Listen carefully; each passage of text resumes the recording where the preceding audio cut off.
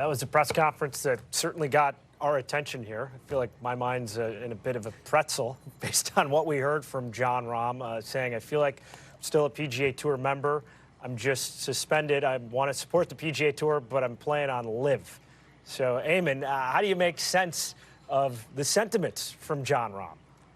It's not often you hear the arsonist give advice to the firefighters on how to extinguish the blaze and start asking when he can move back into the house. I mean, if he wanted to support the PGA Tour and, present himself as a loyal member, as he does, well, then don't be a stooge for the Saudis. Don't sign up to be a willing leverage point as they attempt to upend or diminish the product that you're claiming loyalty to. Own your decision. And Jon Rahm just simply doesn't own the decision. He's presenting it as a purely commercial transaction, which is how a lot of players see it. But it's certainly not the reality of the scale of the decision Jon Rahm made at the end of last year. The idea that he's considering himself a loyal member of the PGA Tour, just not in good standing because of the suspension, it's just a shocking level of naivete. I was astounded to hear that. What was your reaction? He doesn't get it. To this day, he doesn't get it. And this is a guy who wanted a position or wanted to be heard, from what I understand, either a board position, policy board. He wanted to be heard on this whole thing before he went to LIV. And I feel like he wasn't as heard as much as he probably should have been. And now I'm glad he wasn't in that position because he doesn't get it. As a PGA Tour player and as a PGA Tour member, still a card-carrying PGA Tour member, and someone who supports the PGA Tour, not happy with what's going on right now, obviously, but supports the PGA Tour, I'm incensed by that, quite honestly, by the level, to your point, of naivete, that you don't get it. You still don't get it. You took 500 large, and then you're going to sit there and tell me, oh, you still feel like a PGA Tour member? I want to support the PGA Tour, and I want the I want to wring his neck through the television. I'm that mad right now. I'm that mad. And every player in that locker room right now, if they watch that, should be on the PGA Tour, should be absolutely incensed with him. I want to have my cake and eat it too. Yeah. And you're listening to it and you're going, if you want to support the PGA Tour, you stay. It's very simple. Yeah. You just don't go. And the tone of it is so interestingly contrasting to the original players that left, that hated whatever the PGA Tour did to do business, felt taken advantage of, felt that they were being exploited. Phil still has that tone on social media. Correct. And then you have what Jon Rahm said, which is effectively, if I'm reading between the lines, is I went over there to help mend the fences. Somehow, I can't make that make sense. On the move to leave, and somehow that's going to bring everything together.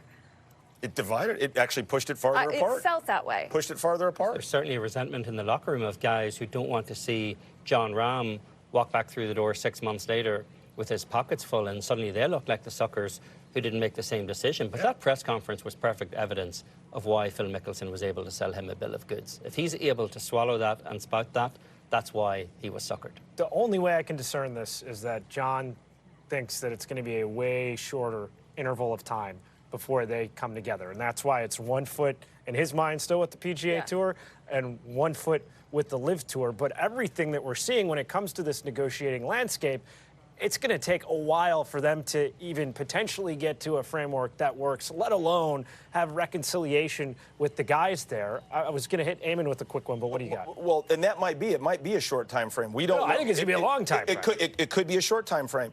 But the fact of the matter that you don't have the awareness and the self-awareness to say what he said, and just speaks to...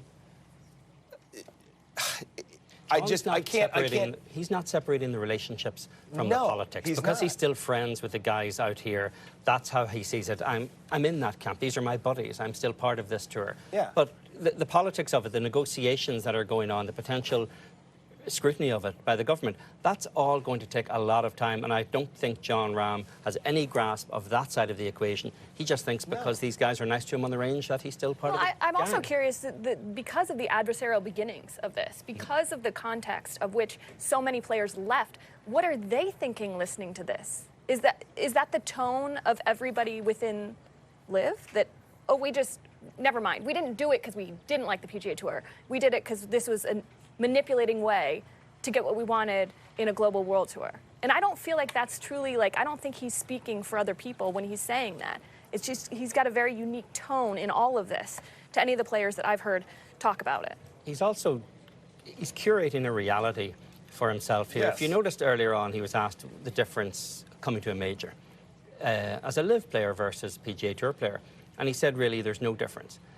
At his schedule last year, let's just look at this. He went Hawaii, California for a couple, Phoenix, back to California, a couple in Florida, Masters, Texas, South Carolina, Mexico. 11 starts before he got to the PGA Championship. This year it's been Mexico, Vegas, Saudi Arabia, Hong Kong, Miami, Australia, Singapore. 7 starts. A lot fewer starts, a lot more miles on the clock before he gets here. There is nothing comparable between Jon Rahm coming to this major championship last year and coming to this year, but I think he's trying to convince himself that not that much has actually changed. Maybe the relationships haven't changed on the range, but everything else has. Man, fascinating to have Jon Rahm in the media center there sharing his thoughts on the mic.